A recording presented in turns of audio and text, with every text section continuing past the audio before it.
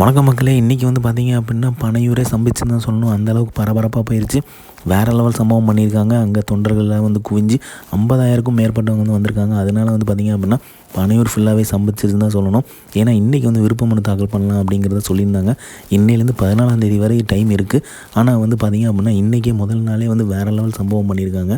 So முதல் விருப்ப மனு பார்த்திங்க அப்படின்னா தளபதி விஜய் பேரில் வந்து பண்ணியிருக்காங்க. ஸோ அதனால் வந்து பார்த்திங்க அப்படின்னா 10,000க்கும் மேற்பட்ட மனுக்கள் வந்து விநியோகிக்கப்பட்டுள்ளது. ஸோ விருப்ப மனு பார்த்திங்க அப்படின்னா February 14ஆம் தேதி வரை இருக்குது. அதுவும் தினமும் காலை 10 மணி முதல் மாலை 6 மணி வரை வந்து பெற்றுக்கொள்ளலாம் சொல்லியிருக்காங்க. இருந்தபோதும் பார்த்திங்க அப்படின்னா இன்றைக்கி முதல் நாள் வந்து வேறு லெவல் ரெஸ்பான்ஸு. பனையூர் ஃபுல்லாகவே ஸ்தம்பிச்சிருச்சு. அந்தளவுக்கு வந்து பரபரப்பாக இருந்திருக்கு.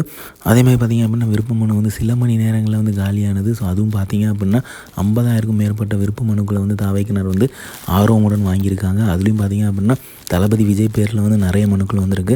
ஸோ அதனால வந்து பார்த்திங்க அப்படின்னா தளபதி விஜய் எந்த தொகுதியில் நிற்க போகிறாரு அப்படிங்கிறத அவர் டிசைட் பண்ணுவார். ஸோ பரபரப்பாக இன்றைக்கி வந்து ஃபுல்லாகவே இருந்திருக்கு. தாவைக்கினர் வந்து பயங்கரமான சம்பவம் பண்ணியிருக்காங்க. ஸோ வந்து யாரெல்லாம் சொன்னாங்களோ 234 தொகுதியும் வந்து ஆள் நிப்பாட்டுறதுக்கு ஆள் இருக்கா அப்படின்னு கேட்டாங்களோ அதுக்கு வந்து தக்க ஒரு பதில் வந்து இது மூலமாக கிடச்சிருக்கு அப்படின்னு தான் சொல்ல போகிறோம்.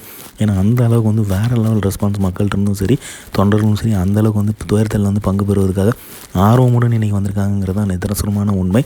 ஸோ நல்லதே நடக்கும். கான்ஃபிடண்ட்டாக இருப்போம். வெற்றி நிச்சயம்.